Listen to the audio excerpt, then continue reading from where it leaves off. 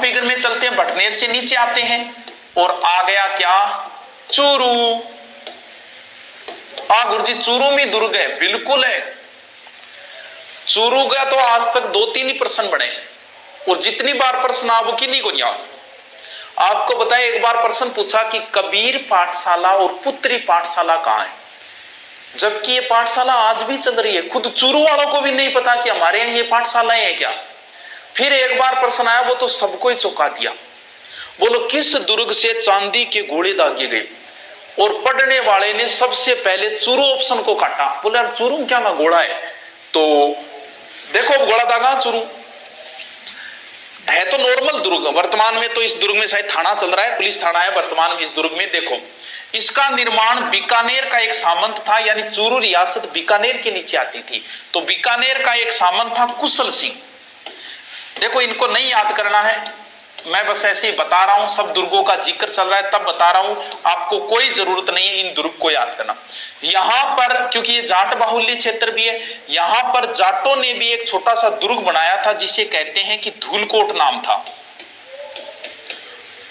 और इस दुर्ग के प्रवेश द्वार का नाम है सिंह द्वार। यहां पर 1790 में आक्रमण हुआ सूरत सिंह का। उस समय चूरू का यहाँ का जो सामंत था, ठाकुर था, वो था शिव सिंह। और फिर दोबारा आक्रमण हुआ 1814 में, सूरत सिंह ने किया।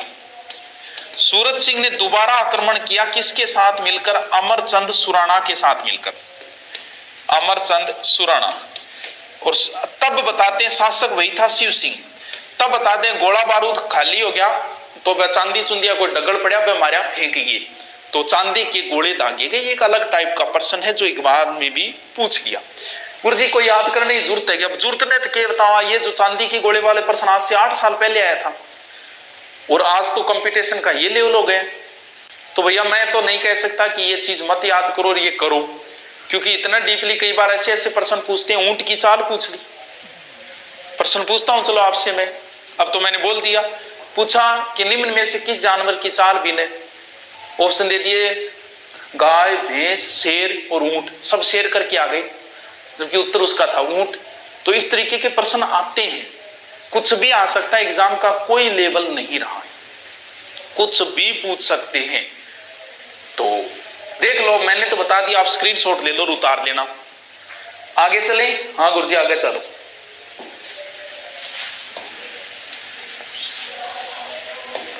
कौन सा पढ़ लिया गुरुजी? एक भटनेर पढ़ लियो, चूरू पढ़ लियो। चूरू में छोटा छोटा एक दो दुर्गड़ा और है, लाग रहा आप आगे पढ़ लिया।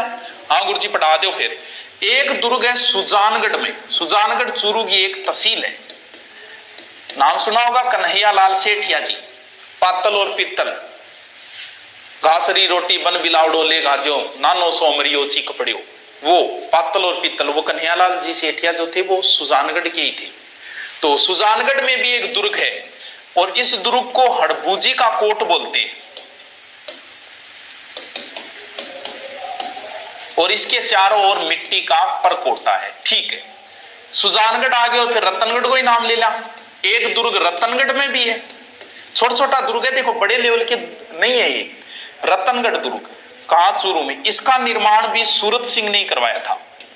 किसने? सूरत सिंह ने। इसका प्राचीन नाम था कोलासर। ठीक है, फिर जो सारा आ गया, फिर एक तारानगर में और दुर्ग ले लिया,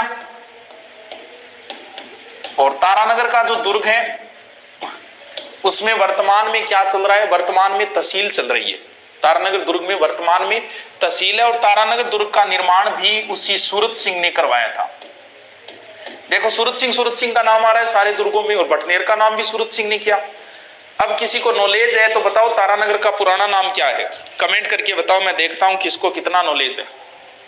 बताओ तारानगर का पुराना नाम बता सकता है क्या कोई? बताओ।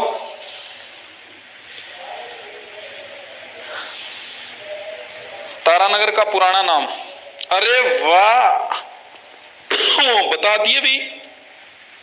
सुनीता सुथार ने बता दिया, सुलोचना कुमारी ने बता दिया, MS राजपुरोहित ने बता दिया। वाह भी वाह। और या तो ये तारानगर की है या कुछ और बात है?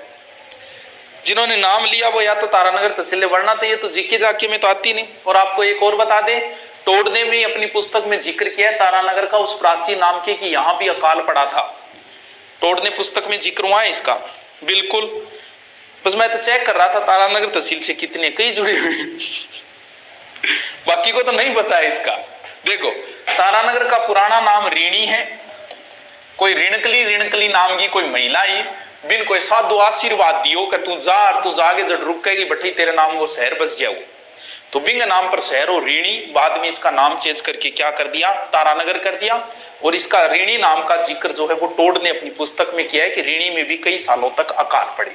चलो एक छोटो सो दुर्ग चुरुग और है वो और देख लिया, कौन सो, राजगढ़।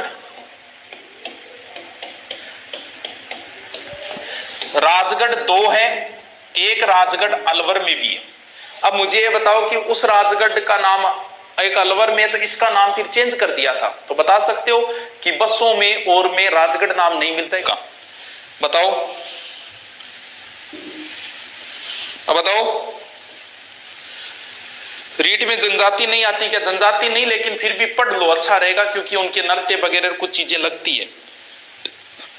बताओ, राजगढ़ का दूसरा नाम है, क्योंकि एक राजगढ़ अलवर में भी है, इस वजह से इसका नाम चेंज किया गया था। बताओ, सादुल सर, ठीक है। क्योंकि पहले राजगढ़ अलवर में भी है, राजगढ़ चूरू में भी है, तो लोग कंफ्यूज होते थे, बैठते उसमें थे, पहुंच आ जाते थे बस में। तब इस राजगढ़ का नाम सादुलपुर कर दिया गया है। तो इसका नाम सादुलपुर आता है, बसों वगैरह में सादुलपुर लिखा होता है, राजगढ़ लिखा हुआ नहीं होता।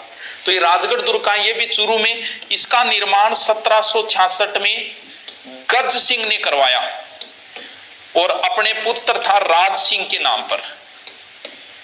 और किसकी देखरेख में? बख्तावर सिंह की देखरेख में। तो इतना याद करने की आपको जरूरत नहीं है दोस्तों।